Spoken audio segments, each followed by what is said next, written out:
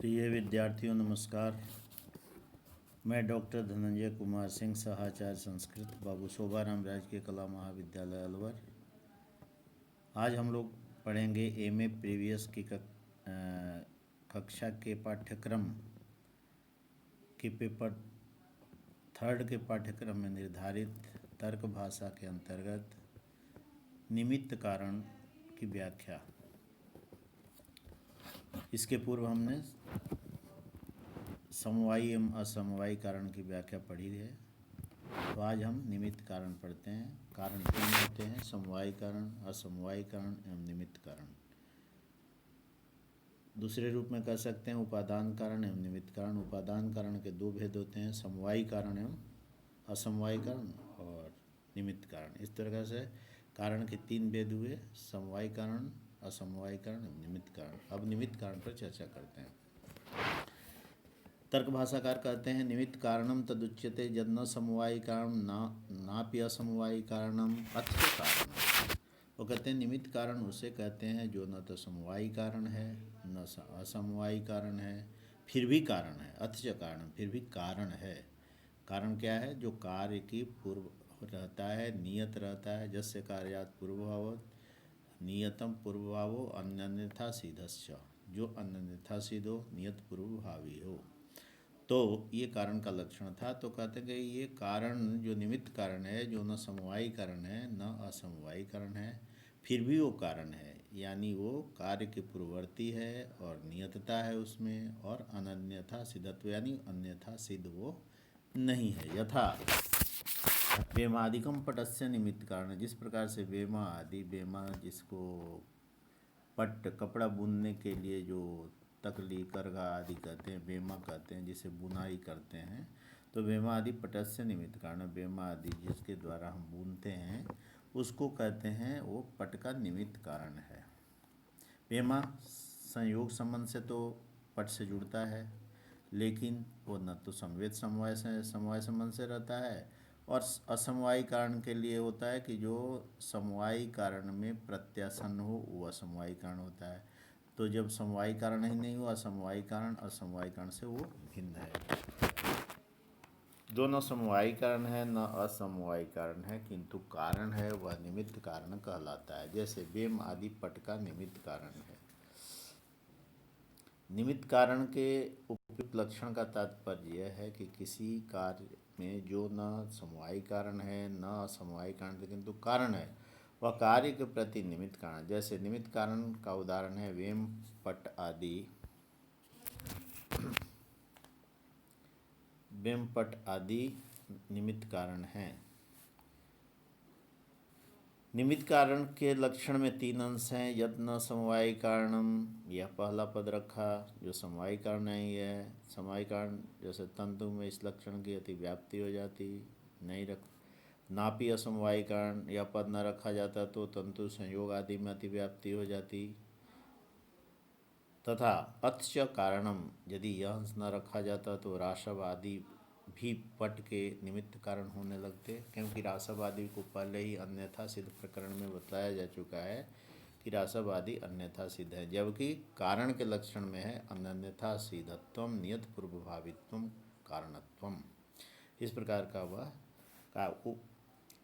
तत्कारण तीन प्रकार के हुए। तीन प्रकार का कारण समवायी कारण केवल भाव पदार्थों का होता है। यद एतद तद एतत् भावानामेव त्रिविधम कारणम।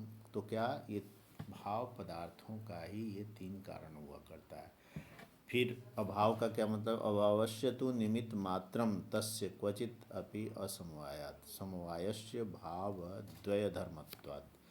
कहता है कि यह जो तीन कारण होते हैं ये भाव पदार्थों के ही हुआ करते हैं, जिनका अस्तित्व होता है। अभाव का तो केवल निमित्त कारण ही हुआ करता है।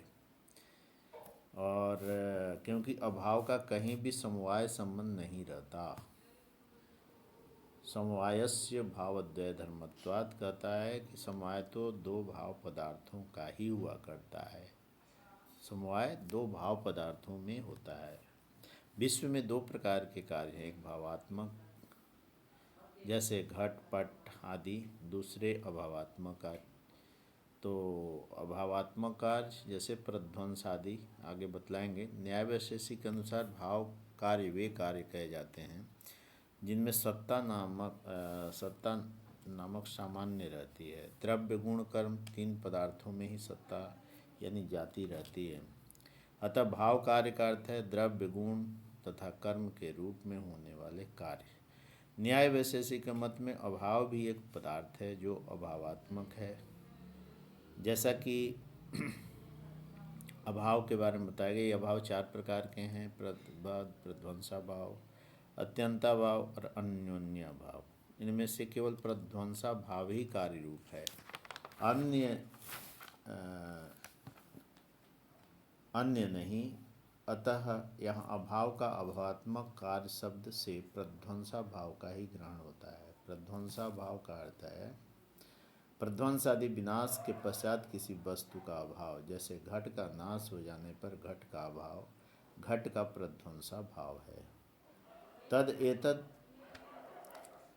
त्रिविधस्य कारणस्य मध्ये यदेव कथमपि सातिशयम् तदेव कारणम तेन व्यवस्थितम एतत् लक्षणम। अब इसका निष्कर्ष निकालते हुए कहते हैं तद तेन व्यवस्थितम एतत् लक्षणम प्रमाकरणम प्रमाणम इति। पहले ही कहा था प्रमा के करण को प्रमाण कहते हैं, तो प्रमा के करण को प्रमाण कहता है, इससे ये व्यवस्थित हुआ। तद एतद इत्यादि पद का अभिप्राय है कि समवायी असमवायी तथा निमित्त तीन प्रकार का कारण भवात्मक कार्यों का ही होता है।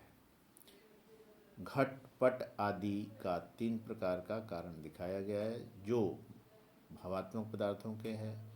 जो अभावात्मक कार्य अर्थात प्रध्वंसा भाव है उसका तो केवल निमित्त कारण होता है, क्यों कि उसका समवायी कारण नहीं हो सकता, क्योंकि अभाव किसी भी पदार्थ में समवेत नहीं रहता, वह समवाय संबंध से नहीं रहता अपितु स्वरूप संबंध से रहा करता है।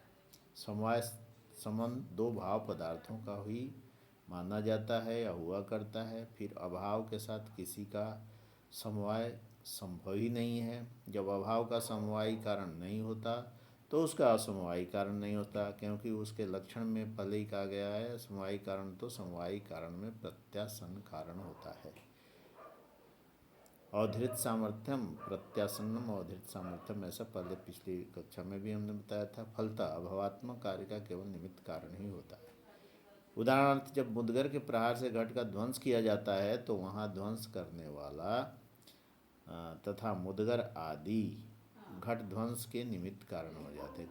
मुद्गर को ध्वंस करने वाला वो व्यक्ति और मुद्गर जो साधन है जिसके द्वारा वो ध्वंस करता है, ये निमित्त कारण होते हैं। जैसे घट बनाने के पूर्व घट में स्थित कुलाल और उससे दंड और उसके चाक जो घड़ा बनाते हैं वे उसके निमित्त कारण होते हैं।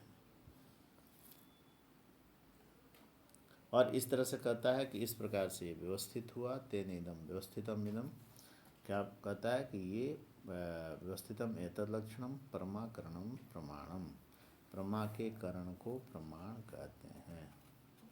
प्रमा के करण को ही हम प्रमाण कहते हैं। ये हमारा लक्षण घटित हुआ और ये प्रमाण जो हैं परमाकरणम एवं कारणम और कथमपि सातिशम तदेव करणम, ऐसा जो कहता है कि उस प्रकार से ये लक्षण व्यवस्थित करता है। तीन कारण बताते हुए समवायी कारण असमवायी कारण एवं निमित्त कारण, ये करण है। इन्हीं करणम एवं कारणम, करण को ही कारण कहते हैं। कारणम त्रिविधम, और कारण तीन प्रकार के होते हैं: समवायी कारणम असमवायी कारण निमित्त कारण भेदात् त्रिविध कारण।